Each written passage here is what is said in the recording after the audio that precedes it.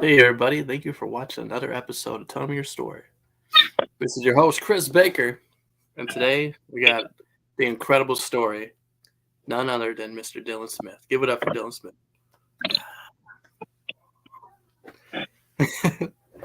So like we always do, we're just going to jump into this, and I'm going to ask you, what was your childhood like? What was it like growing up? Honestly, it wasn't the best.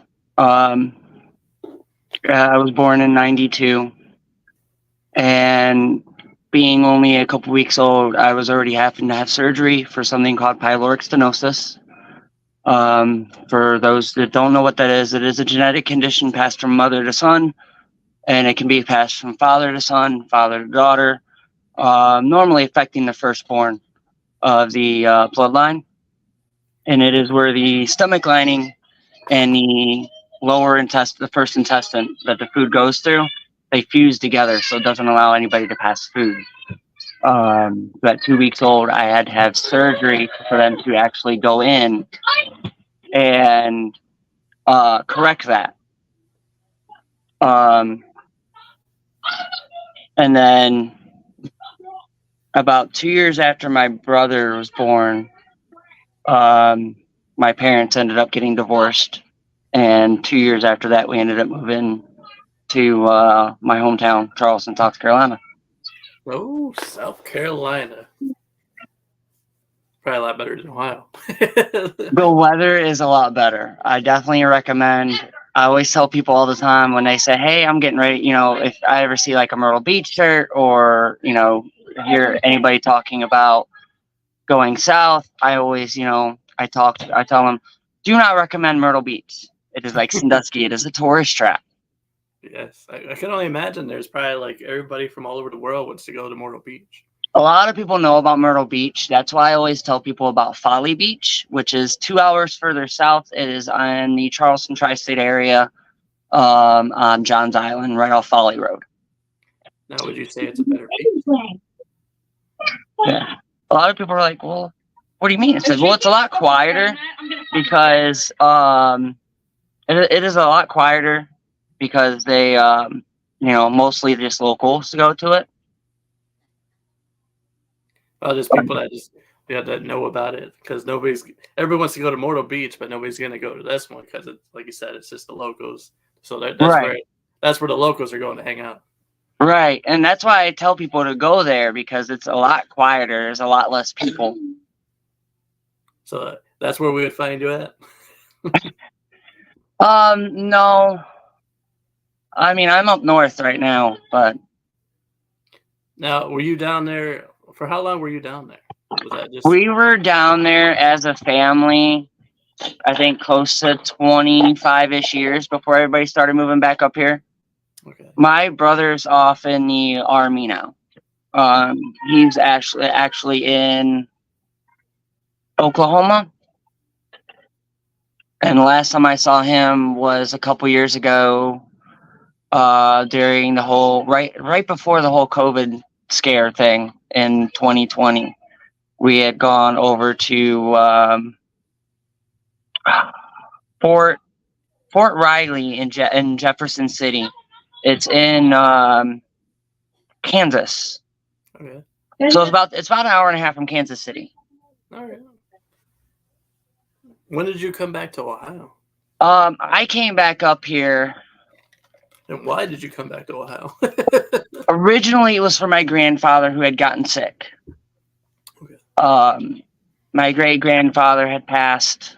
He's passed 11 years now. It'll be 11 years next month.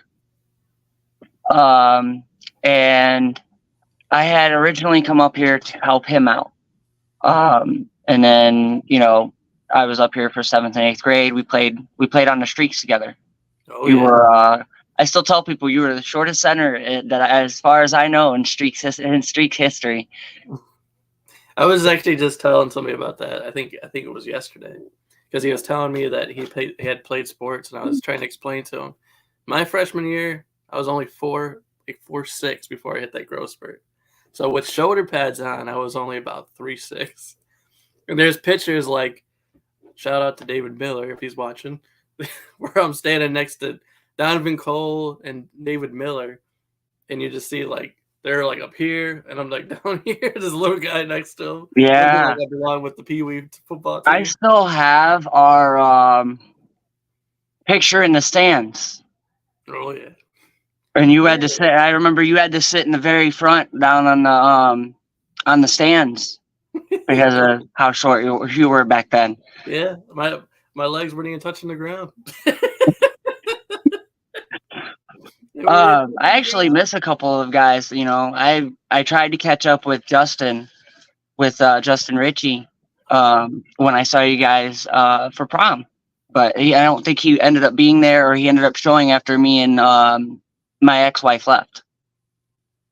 Yeah, Justin actually, I think, married his high school sweetheart. But That's what I had heard. I heard that they were still together when I had gone for your guys' senior prom. Mm-hmm. But actually... so I came up here for 7th and 8th grade, helped him out and my great grandmother out, and then he had gotten better. So I moved back down for high school, ended up continuing wrestling, where I went to state 3 times, and I actually went past state twice for my weight class being 130. What was your record? In a season, I lost. I think the highest I went win ratio was 1 loss out of the entire season, and that was my senior year. Hey, you weren't playing around. Now when I wrestled for the Streaks, I didn't win very many games. I don't think it was until my 8th grade year that I actually won my first match. Really? Yeah. I did it for a little bit. I wrestled with you guys for a little bit. I remember you coming into practice, because I practiced with Cody Plasman and John Howard. Yeah, I did it. I wrestled, and I was 7-0 with my record, but I ended up quitting because I ended up getting ringworm. And the coach, I remember hearing about that. Yeah, the coach ended up telling me, because especially going through puberty at the time, it's like right in that area, right on the thigh. Right. So I was freaked out. But then the coach was telling me, like, this is a normal thing. Get used to it. And, like, being at that age, I was like, no, I don't think I want to. This is scary enough as is. Yeah, I actually got to catch up with Coach JD a couple years ago. It was right before me and my ex-wife ended up getting together. Well, it was while we were dating. It was before we had gotten married. I had stopped by the school one night and saw that the practice was going on, so I stopped inside and got to chit chat with him for a few minutes.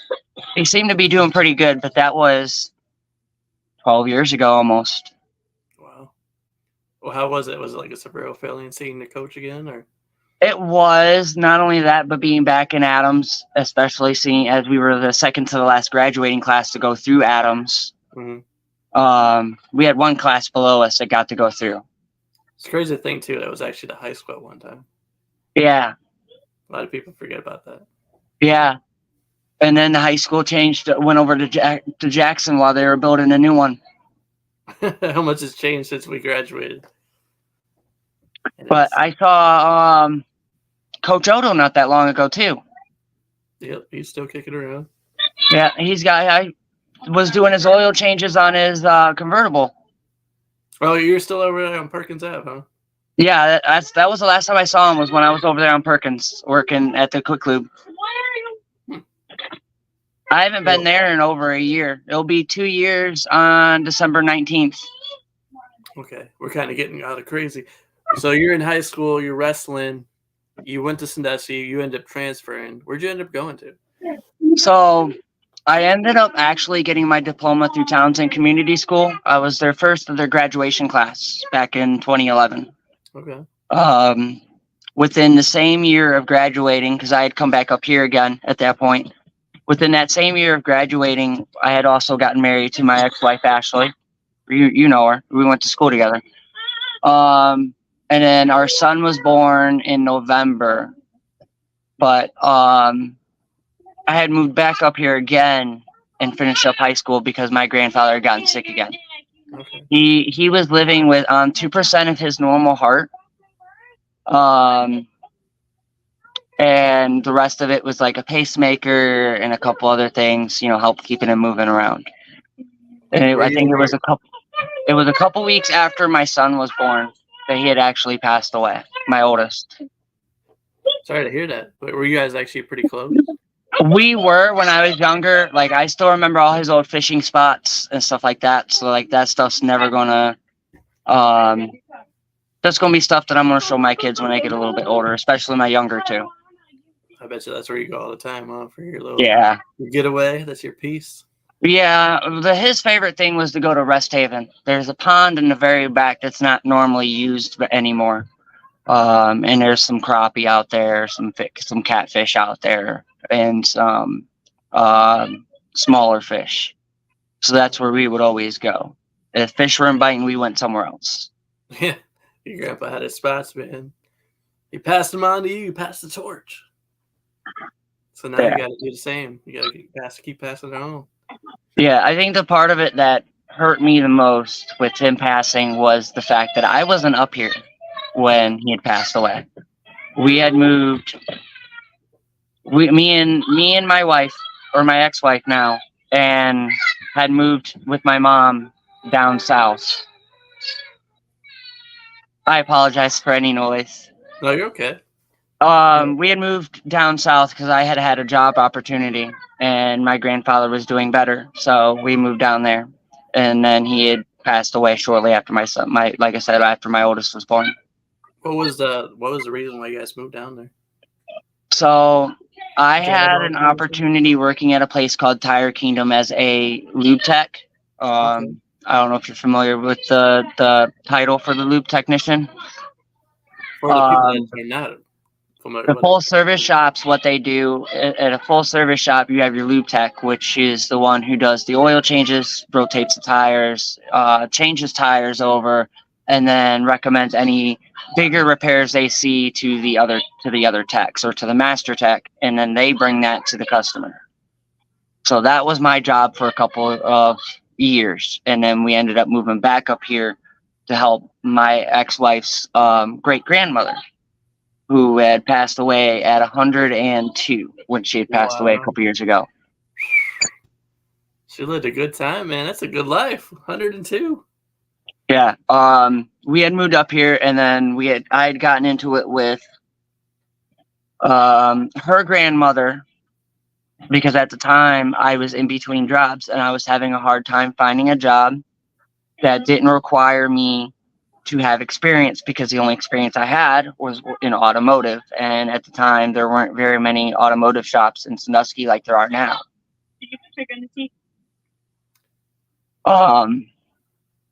So I was in between, working at factories. I worked at Kroger's for a little bit. When they moved to the new location, I was part of the click list, the click list team when they first started.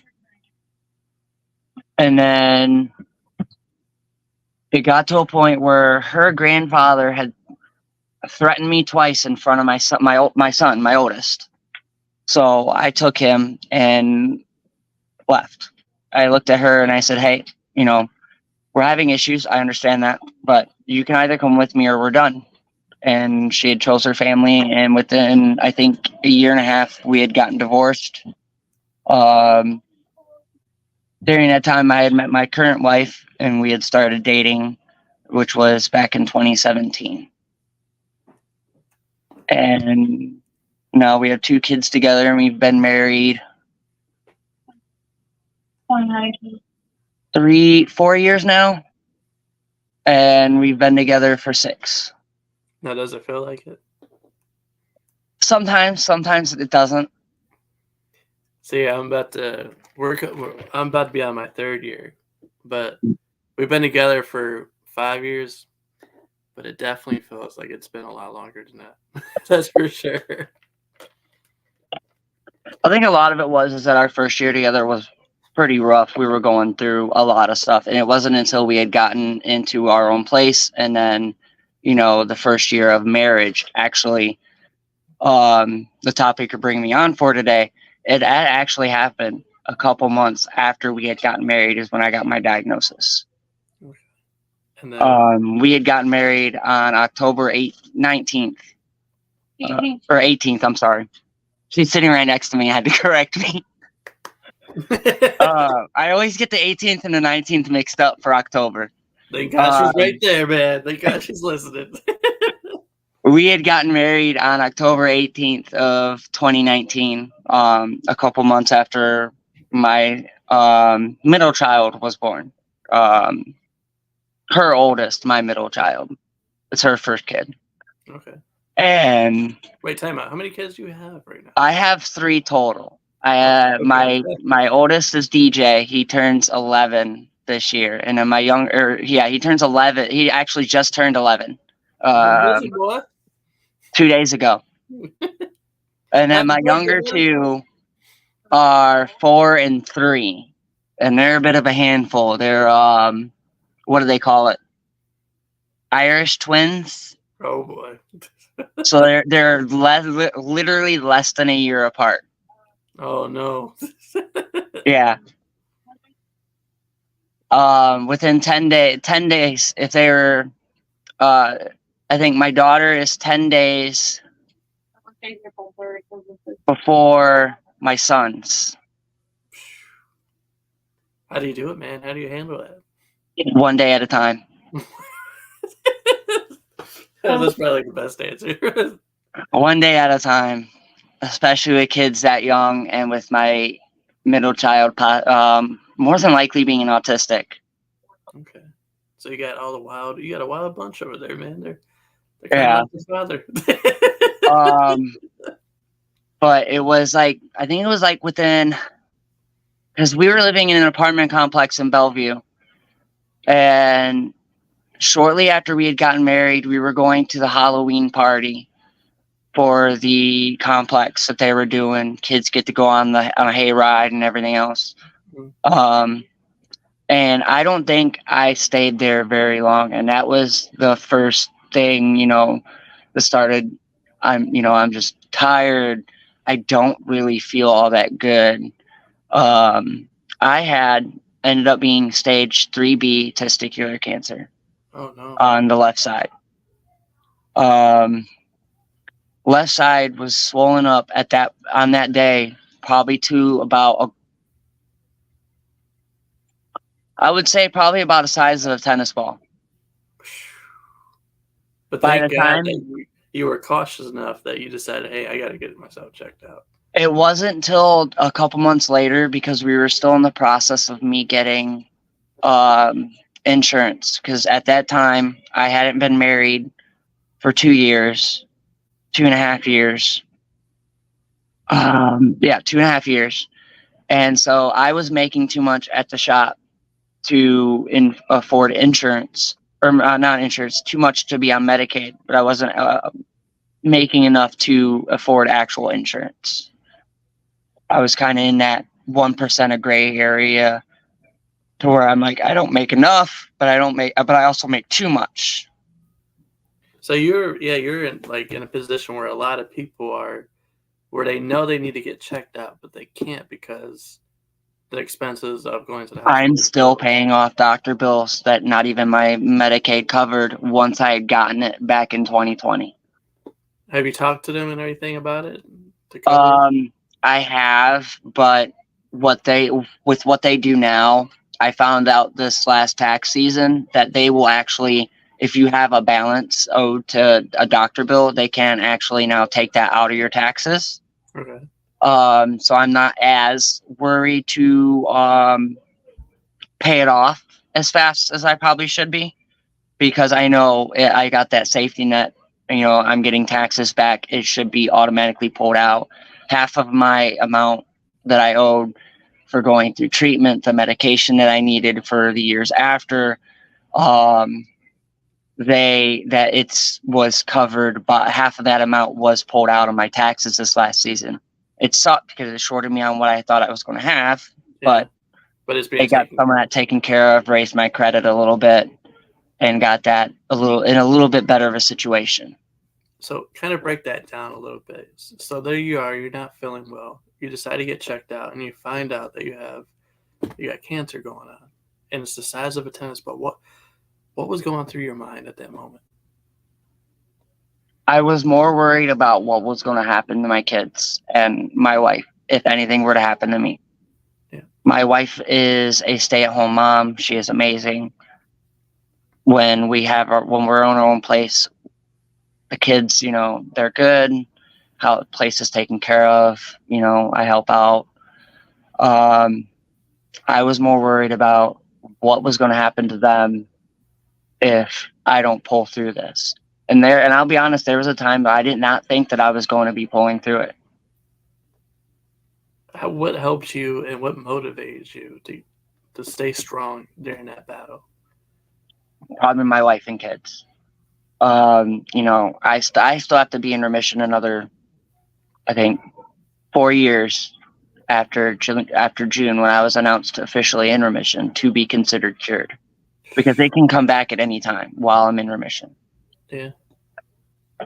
So what was taking place during your, like, kind of break it down for people that don't quite understand?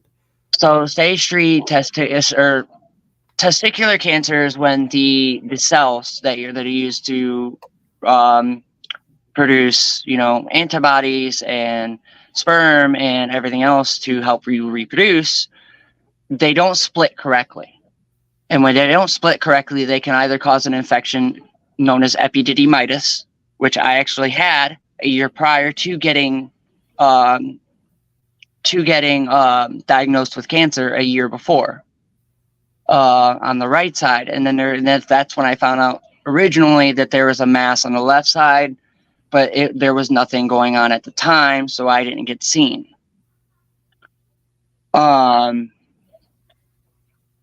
It can also split and cause cancer when they don't split correctly. And it's pretty painful walking around like that, to be honest. I imagine. I spent a lot of days after work in the bath. So you had to ice it, or hot water was the best thing at the time I found to help reduce the swelling a little bit and ease the pain. So during this time period, you said your kids and your wife were there supporting you, helping you. What were they saying to encourage you, to build you up, to keep you going, keep that fight going? Well, the youngest two, while I was going through treatments, they would alternate which day they would spend in, 'cause I really couldn't go anywhere. I was going through cancer treatments during COVID, so I definitely couldn't go anywhere when it first started. Wait. So this is all happening as COVID is taking over? Right as it first started, because I got to work and I was literally working about a month before getting laid off due to COVID. So you're finding out and you're taking all these treatments as COVID's happening. So for the person that's not, that's not familiar with it, during this time period, if you weren't, around yet, or if you were under a rock, the hospitals were packed. You couldn't get into a hospital. Yeah. Even if you had COVID, it was impossible. Yeah. Because they were booked solid. So and even as someone that still doesn't have an immune system, I try not to go anywhere unless I'm in a place where I know the people aren't sick without a mask, because I don't have an immune system. And that's one of the biggest things about COVID. People can say it's just overrated flu, which it essentially is. And it goes all the way back to when you were a baby. I'm sorry? It goes all the way back to when you were a baby. Right. It all started there. And now, COVID came in and did not help. And then you find out that then you got cancer. I mean, I had a pretty good immune system for the most part. The pyloric stenosis is just a genetic mishap. But, I have a very long history of not having good luck. I like to tell people all the time, I have about as good as luck of being able to go outside butt ass naked in the middle of a thunderstorm, and I'll probably get struck 3 times standing in one spot. That's the kind of luck I have. I can't say that. I can't agree with you there, man, because you got 3 solid kids and you got a wonderful wife. So I have some good luck. I will agree. I have some good luck, but I mean, I've been, going back to growing up. Going back to growing up, I've been hit by a car twice. Then you later on go work for, you'd be working on cars afterwards. You're like, I like that car enough, I got to work on it. Yeah, hit by a car twice. I've been grazed by a bullet during a drive-by. I've been stabbed a couple times. I have no feeling in one arm. Keep going, man. What else happened? On the second time I got hit by a car, actually it was in Sandusky. I was actually even in the paper. It was back in, I think my oldest was born in 2012. It was in 2011. I was walking from the library to my grandmother's over by Subaki, and a white sports car came out of nowhere over by Cobb's and hit me and kept on going. Wow. They ran through the stop sign. While I was going through the crosswalk. And then, it tore my ACL, destroyed my knee, gave me an AC separation in my shoulder, and it herniated 5 of my discs in my back to a point to where they're just out of place enough to pinch your nerves. So you got to go to the chiropractor to get. I'm supposed to once a week, but I actually don't. Come on now, man. What you doing over there? Come on now. I'm supposed to do a lot of things. My wife tells me all the time I should be in one of those industrial size bubbles. Yeah, I'd say. Or you'd be the bubble. And then I'd be like, yeah. And instead I'd end up still getting hurt because I'd want to play redneck kickball. I could see it. Definitely. And for those who don't know what redneck kickball is when somebody's in a big industrial size bubble and somebody else comes at them with a car and hits it. Can I be the guy that does it? Let's try this out. Yeah. And then, with my cancer, it affects a lot more people because I started doing a lot of research into it after diagnosis. Every 1 in 283 men between the ages of 15 and 33 get that every year. 500 men pass away from it every year. And it is a diagnosis that if it does not get taken care of within 5 years, can spread to other parts of the body and can cost you your life. It's pretty scary. I still have to go up there every couple months to make sure that my tumor marker levels are down. I have to get CAT scans, MRIs, all that, all the works, breathing tests done to make sure that, and it's not something that smoking causes. And everybody's like, well, you still smoke. I'm like, yeah, that's for my mental health. Mm-hmm. If I don't, I feel like I want to strangle somebody until they want to pass out. Is there something else? Is there another way that you could treat it without smoking? I imagine can't really say. You could probably ask that kind of question being around, because you're around doctors now. Yeah. So with my mental health, I have PTSD, anxiety, depression, and dysselective psychosocial amnesia. It's an interesting batch. Going back to my childhood, it wasn't the best. After my folks got divorced, my mom got remarried to a guy, and he had 3 other kids, the DuPonts, out of Huron. And once we moved down south, whenever either me or my brother or one of his kids were getting in trouble when they were around, I would always be the one that would get punished no matter what. There were times, as far as I can remember, what bits and pieces I can remember of it, getting lifted up by my throat against the wall because I had chosen to defend my brother or one of my step siblings. So that gets pretty hectic. But hey, you're still standing, man. You're still here. Life has thrown a lot at me. I mean, I've even legally been dead for 3.5 minutes. And God's not finished with you yet. Yeah, that actually happened shortly after my son was born. About a month after my son was born, right before my grandfather passed away. What happened exactly there? You just passed out, or? My oldest was real colicky. And at the time I was living with my mom, my stepdad. My brother was in was still in high school, but he was living with his girlfriend and her parents. And he was actually getting ready to go to boot camp because he was graduating that year. So he was graduating, going right into boot camp in Columbia, and then going off to wherever they sent him. And my mom was trying to sleep, and I was trying to get my oldest to fall asleep because my ex-wife had real bad BP postpartum, and he, no matter what I did, he just was screaming and screaming and screaming. And my mom came out and actually came at me because of it, because she couldn't sleep.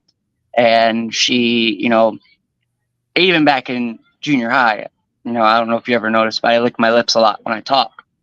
So certain enunciations can cause that to come off my lips.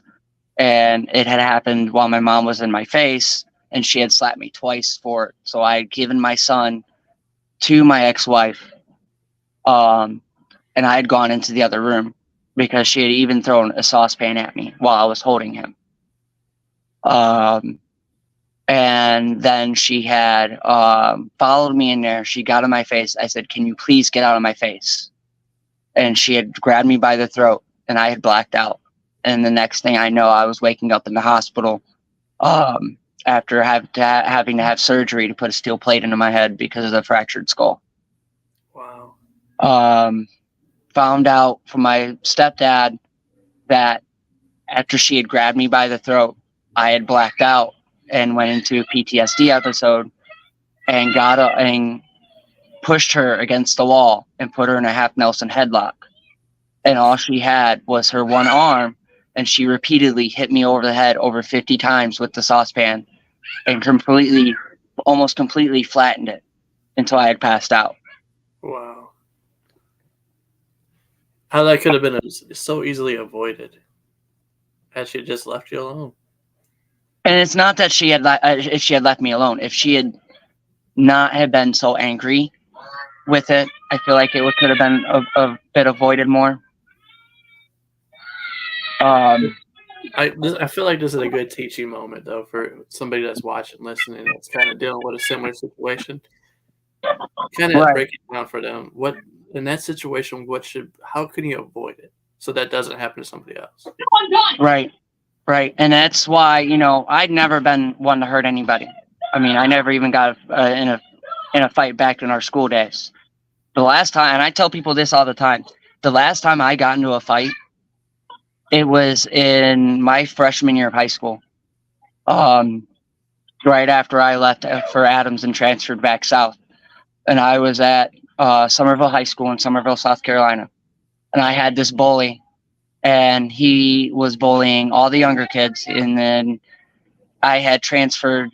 No, it was my sophomore year, not my freshman year. Sorry. And he had transferred with me to the same school that I had transferred to, which was Stahl High School, RB Stahl High School in North Charleston, South Carolina, right there near Charleston Air Force Base. And it got to a point where him and a couple of his friends that went to the school had actually cornered me at my locker while I was trying to get my books for my next class. Because we have a block schedule. So I would get my books I needed for the first two blocks of the day. And then after lunch, I would get my next two books for my next two classes. Time out. So for people that don't understand what a block schedule is, if you went to a high school that didn't ever. So a block schedule is a 4x4 class structure. You take 4 classes a semester, and then you have your one elective that you can take either all year long, or you can take two electives per year. So you're still getting, hour-wise, you're still getting your 8, like a normal schedule would be, the 8 period schedule.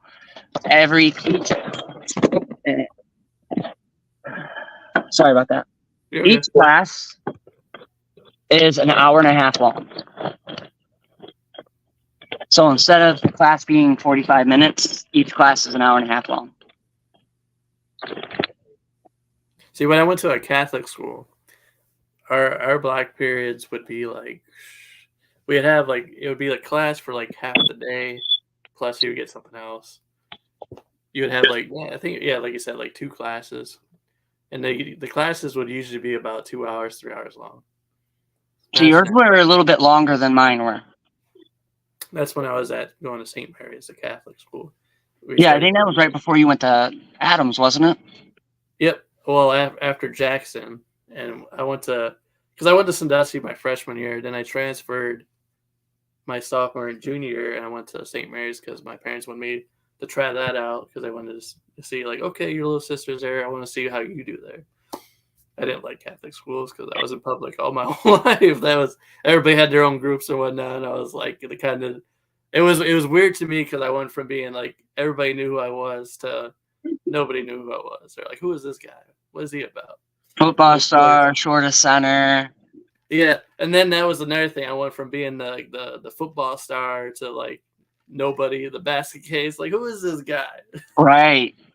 Yeah, and I get that completely because that's how I was when I went to Adams and Jackson as well. I was on the football team, wrestling team. I ran track with Coach Odo, Coach Gaffine, and even in 8th grade, Coach Apple, who at that time was my youth minister, John Apple. I would say during that time period, though, it really helped me. My sophomore and junior year, going to a Catholic school, kind of like, I always had a good relationship with God, but it made me closer. Right. And that's the one thing I'm very, very thankful for during that time period, because I got really close. I started going to a youth group called Life Teen. I don't know if you ever heard of it. They got it here in town, Sandusky Life Teen. But it was incredible. I got to meet people from all over the place, all these different schools. And we just got to connect on a level that was. So for the younger crowd that are listening and they're looking to get into that kind of group, you're trying to find your church or somewhere, go to Holy Angels, check out Sandusky Life Team. The 180 chapel team's pretty good too, and that's the 180 is their youth group. Sundays at 5, and then for you, Dylan. I don't know. I haven't gone to the chapel in a while because I don't have a vehicle right now. But I know they were Sunday afternoons, I think around 6 to 8 for the youth group. I would say that's another church to actually check out. If you want to kind of get back into it, or if you've never been to church, but you want to find your own church, check out the chapel. The chapel is pretty good too. They do have a location in Norwalk as well, right off of 250. Yeah, Norwalk. They got one in Sandusky. They got one in Port Clinton. Do they now? Yeah, there's one that they had one out in Port Clinton for a couple years now. Yeah. Eric didn't tell me about that one. I'm friends with one of the head pastors because he was one of my youth pastors as well. While he was actually going through college to become a youth pastor. Eric Lapata. Yep. And I'm pretty good friends with him. I actually was chit-chatting with him a couple weeks ago on Facebook. Pastor Eric. Yeah. But when he had cornered me with his friends, he had swung at me. I hadn't noticed they were behind me. He had swung and missed at me. And we're back in high school. Yeah, we kind of got off topic for a minute. So we're back in high school. He's at his locker. He's putting his books away. These bullies are coming up on him. Go ahead. I was just so fed up. I grabbed him by the back of his head and I smashed his face into the locker repeatedly. To this day, that school locker cannot be opened, and it's not something I'm proud of. But that is one of the reasons why I choose not to give into that, because I know what I'm capable of. Damn, and you were hitting them that hard. To this day, they couldn't. It's forever like an urban legend. It broke 90% of the bones in his face. Wow. And like I said, I'm not proud of it. No, nobody messed with me afterwards. It gave good results. Yeah. But I'm not proud of it. And, bullying should never be taken to a point to where somebody has to go that far to defend themselves. Yeah. And how was he afterwards, just in case? He actually ended up getting expelled after coming out of the hospital. And they caught everything on camera.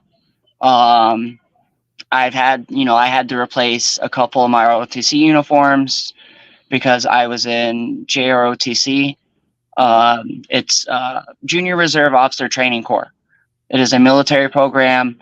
I think the only school up here that has it is a Marine school in Columbus. But it's similar to like EHOVI's police academy. Okay. But instead of learning about the police side, you're learning about the military side. When you go into the military, it actually benefits you as well. You can actually, after boot camp, if you go to the Marine Corps, after going through at least 4 years of ROTC in high school, you come out as an E2.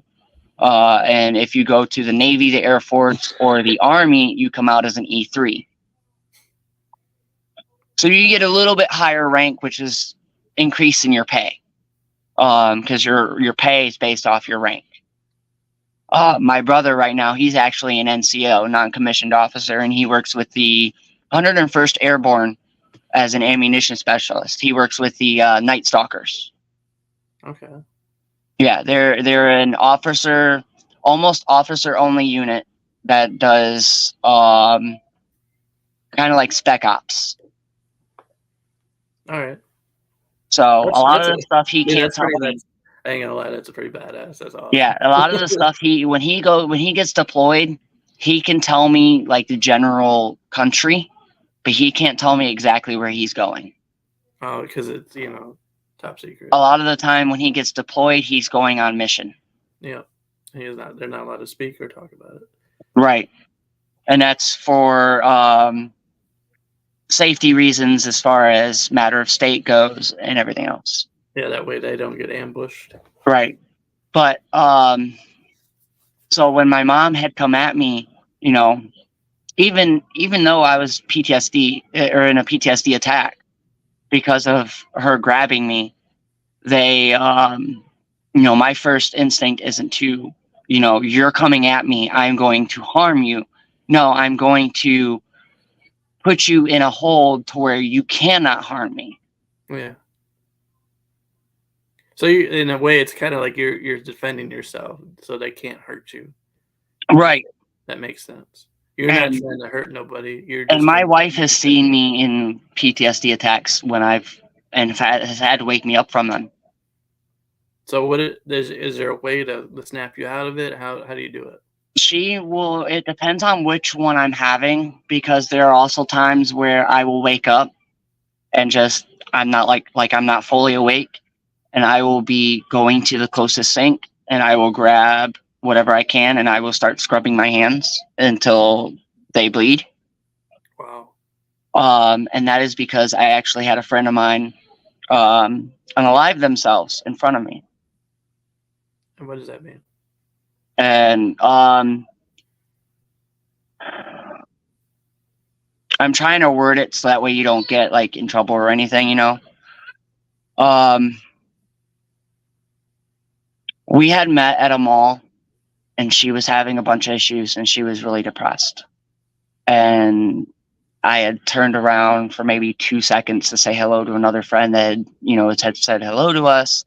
And when I turned back around, her throat was opened. Oh, okay. And she had done it herself. And it was already, you couldn't do nothing. It was already too late. I tried. And that's, one of the PTSD episodes that I'll have. And mine is reactionary and also stress-based. So it depends on, if I'm too stressed out, certain ones will happen. If if certain things happen, like say somebody grabbing me by the neck. Yeah. Sometimes cooking is hard because of saucepans, so I will try to find an alternative. Knives, yeah. But that's why I smoke. And people are going to be like, well, you're going to get a different type of cancer. Statistically proven that 95% of lung cancer patients are former smokers. Only 5%, it's 4% are smokers and 1% is secondhand smoke. And what causes that, especially in lung cancer, is smoking is an irritant. So it irritants the cancer cells that we already have in our body, but it doesn't activate them. It's only when you remove that irritant that it activates them. So the person that's telling you right now, they're speaking out. They're like, "Hey, man, put that cigarette down. You don't need it." Right. And I'm You're just like, you already you overcame this victory. I've already been through it. So And a lot of the things that I tell people too is I'm already been through it. And if I'm gonna go down, I'm gonna go down on my own. Out being around people. I actually ruined a couple good friendships while I was going through it, because at one point in time I wasn't eating. I was barely drinking anything. There were times where I couldn't really get out of bed to go to treatments. Where everything I either had to be helped or forced, because it was just at a point to where I was in a lot more pain than I normally was on a daily basis, and to a point to where most days I couldn't move. I had to have help to get into the shower. I started pushing a lot of people away. I had pushed my wife away for a short bit, and then she had to come to me like, "Hey, we can't be doing this. I know everything that's going on. I don't want, that to happen." yeah, because you were kind of like, she knew, and if people that have dealt with this know that you were kind of in that depressed state where you were kind of feeling defeated, and a lot of people won't understand it, but that's what happens. You get to And that that's the point where same you thing just that feel she just said. yeah, you feel like you're getting just defeated. But thankfully, you had a supportive person there that knew about the situation and was there to help you, even when you were pushing and being probably an asshole and whatnot. But you had the help in your corner, and there you go. Once again, you had luck on your side. Yeah, and I may have some bad luck, but I've had a lot of near-death experiences, and it's made me the person that I am today. Yeah, Um, an incredible I story. definitely wouldn't wish cancer on anybody. It is horrible to go through. I luckily didn't have to go through radiation. I just had to go through chemotherapy. And I had lost my hair. I had lost everything. Actually, when you saw me the other day, or what was it, 2 weeks ago? Yeah, on that Um, late night munchie run. my hair I've only taken an inch off of my hair since I've gotten my hair back. Really? I know. Looking It's at been you, it 3 looks like it's years. pretty long, man. And It I'll say, is like, below my shoulders now.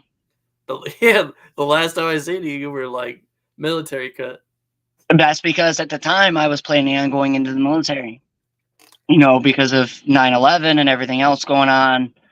My dad's former Marine Corps. I have a huge military family going all the way back to the Templar Knights,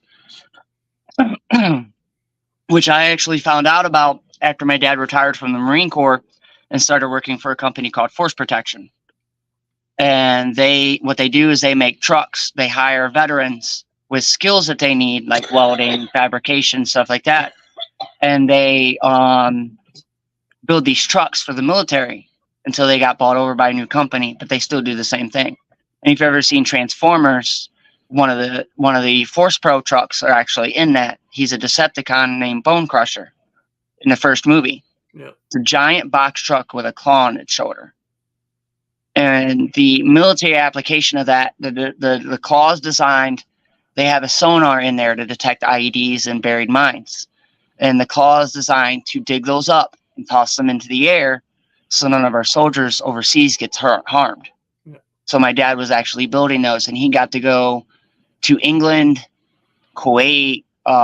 He went to Japan for a couple months. He got to go to Germany. I think he was in Australia for a little bit too. So he got to go all over the world again after being in the military as a Marine welder. And my brother went with him to Kuwait and spent a year in Kuwait. I spent a year in Coventry, England, which is an hour west of London. And it was an even more eye-opening experience than, hearing stories about what it's like over there. Oh, yeah. I think the whole year I was there, I saw one person be arrested, and that's because the plaza that was below our our patio at the hotel, on base, had a bar, and this person was just a drunken disorderly. Just totally out of The it. police officer told him 3 times, "You need to calm down, go home, or I'm putting you in jail for the night." And he was still going at it, just being loud late at night, 2, 3 o'clock in the morning. And so the police officer arrested him. He spent the rest of the night in jail. Well, in a way, the officer was kind of helping him out, so he wouldn't do anything. The crime rate is significantly lower there than it is here. Why is And that? to see that firsthand, and it's not like a lot of stereotypes are. Mhm. And that's one thing when I was in ROTC, that we, one thing that my colonel was really big on was broadening our perspective. Our colonel was one of our 3 instructors that we had. We had 2 sergeants from the Air Force and then a retired Air Force colonel that were our teachers, with combat experience, fighter plane experience, carrier plane experience. Between the 3 instructors, they had years and years of experience. I can only imagine what that class He was was the Colonel Ford was always real big on broadening your perspective, because what do foreigners look at when they think of an American? They think of somebody with a very, very small-minded. Mm-hmm. So he was always big on us. You ever meet somebody from another country, ask them questions, engage in conversation. If they're not from a native English-speaking country, ask them, how was the transition from your language to English? Was it difficult? Engage with them, learn. It's really interesting just hearing about that, like how that happens. A lot of people don't realize that when they come here to our country, they get placed with a lot of people they don't know. They get roommates, because we always think, okay, they know these people, these are their friends, because it seems like that once they're together. But when they first come here, guys, they don't know each other. They get placed together, and then they you're in this big old country where the native language is English. So then I you actually had got to stick together. I actually had kids of a foreign diplomat come to my school for a while. They were while they were seeking asylum from the Middle East during when it was getting hot and heavy during the early 2000 or mid to early 2010s, late 2000s, early 2010s. Yeah. And they were Muslim, and I was one of maybe the few people that would talk to them outside of class. I mean, it's sad when it comes down to that too, because their family brought them here so they could live the dream, man, the American dream, to get away from the hate. But that's where we mess up, because we think, okay, because they did that, we assume they're all bad, but we're all right. We're all the same, man. We're all after the same goal. And that's what Colonel Ford wanted to change. That's one of the things he instilled on us, is that he wanted us to broaden our our minds. Yeah. Learn. Always said that you're never too old to learn. You should always try to learn at least one new thing every day. Yeah. That way, life never gets dull on you. It never gets boring. You're always excited, man. That makes a lot. Like when I think about it, life gets more exciting when you want to learn, keep learning. That's the biggest thing about life. But going back to the cancer and all that, treatment was real difficult. I think for the last month of my first round of treatment, I was to a point where I wasn't eating anything because I couldn't keep anything down. I think I maybe had, because I still had some mics in the fridge, and I had maybe a sip of one of my mics, and I couldn't even get up for 2 weeks afterwards. Wow. I do not recommend any kind of alcohol while going through a treatment like that. That's actually, I think, the reason why my great grandmother passed away. I think, and I was telling you about that the other a couple weeks ago. She had stage 4 terminal brain cancer on her brainstem. Turned around and beat it at 78 years old, just for 2 years later for it to come back. And it to take her after my grandmother and my aunt brought her a margarita into Providence, and she ended up passing away the next morning. My dad's mom survived 3 different types of cancer before she came back again, and ended up taking her at, I think she was 99 when it took her. Yeah, but you guys are living a good life, though. It's not like My family has a long history of cancer. My dad's dad had throat cancer. He was in the Navy, and he was a nuclear submarine mechanic after World War II. So he was a submarine mechanic, and he worked on the nuclear engines on the old World War II and after World War II when they were still using the nuke powered subs. When he came back, he got diagnosed, and he got real sick in the early 70s. And I think he ended up passing away in the 80s due to it. And my dad was 14 when that happened. Every other member of my family outside of myself has passed away due to cancer. And here you are. Hoping I don't get it again. Yeah, and you're a victory. So, and you got supportive people in your corner, and that's awesome, though, man. Yeah. So let's kind of step a little bit forward and kind of talk about that. So when you found out that you had victory over it, what was going on then? I was working a little excessively at the time, so it didn't really hit me until I think my first day off that pay period. Because I work at 3 different McDonald's right now. Oh, you're all over the place, huh? Yeah, I'm shared with 3 of the locations around Norwalk that are at least within the Norwalk area.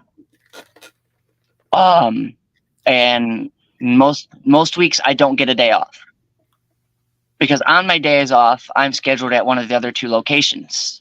Mm-hmm. That's not yeah. The only upside to it is that my child support doesn't come out of my other checks, because it can only come out of 1 check. Mm-hmm. So my child support comes out from my main location, and then if I pick up extra hours, like on Saturdays, I will normally, if I have a Saturday off from my main location, I'll go work at the other location by the hospital, and I'll be there from 5 o'clock in the morning to 1 o'clock the next day in the morning. My goodness. I'll do a 20-hour shift. You got a pillow back there or something? I wish. But luckily I haven't had to do that yet. But, I always tell them that I am available for that, because if I get 20 hours that week, that one day, that's more than I make in a week. Especially with winter coming around and hours getting shorted. Okay. As we begin to wrap this thing up, I just want to simply say thank you for coming on and telling I appreciate you having me. Sharing your story, man. The last thing I want to leave everybody with is, don't give up. If you're diagnosed, don't give up. Sometimes it may seem like it's hard. I had stage 3B, which is the highest you can go in testicular cancer. I'd have surgery to remove my left testicle, and then it moved to my lymph nodes and my kidneys. From there, it went to my bloodstream, and I was able to beat it in all 3 locations. Granted, I was on medication for a couple years after going through my first round of chemotherapy. I was on medication, which is basically still chemotherapy, just in pill form. It's not as harsh. And there is always a bright side. Things will always get better. Even in your darkest place, there will always be a light. Amen. Amen. All right. So if anybody wants to get a hold of you, they were touched by your story, loved every second of it, because I know I did. How can I get in touch with you? I was actually going to say that too. Because definitely, if anybody ever wants, if they're going through the similar situation as I am, I don't want anybody to ever feel alone. So I know for a while I actually felt alone, but that was because of my own fault. I pushed people away because I thought I didn't want people to see me as sick as I was in case something were to happen to me. I didn't want people remembering me as some frail, sick person. Yeah. But you can always reach out to me. Reach out through Chris, have him message me, or I have him set up. You can even set up a group chat, Chris, so that way if somebody wants to come to me, they're having a hard time, they're going through cancer treatments, they're going through a hard time. I'm always an ear to listen to. I may not always respond right away, but I always be an ear to listen to. Yes. All right. Well, we're gonna make this. We'll do some random questions to end this. Okay. So you have all expenses paid. This is the first question. Random question. You're all paid expenses. You can go anywhere in the world. Where are you going? I'd probably go home To South Carolina. Okay. I'd probably go back to my hometown, spend some time with my adopted sister, because I normally only get to see her once a year, if that. And, normally I go down in the summer so we can spend our birthdays together, because she's 3 days older than I am. And I ask for that week off so that way, I can go down if I can afford it. We do a big birthday celebration for the two of us, and then, I come back up here, and then I see her next year. The only other place I would go is probably to go see my brother, because it's been a couple years since I saw him, and I've seen him maybe, other than on video call, I've seen him maybe 3 times since he's been in the military. I saw him for graduation, and I saw him for 2 funerals that we had both attended. Well said, though, man.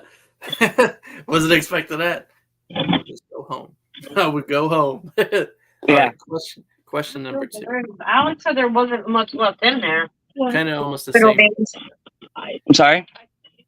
Almost the same question. It's all paid for. You can have any car in the world. Any car, really. Which one are you gonna take? All paid for. No. Probably going to be a little bit old school, but I would probably, one of my dream cars is a Lamborghini Diablo V.6.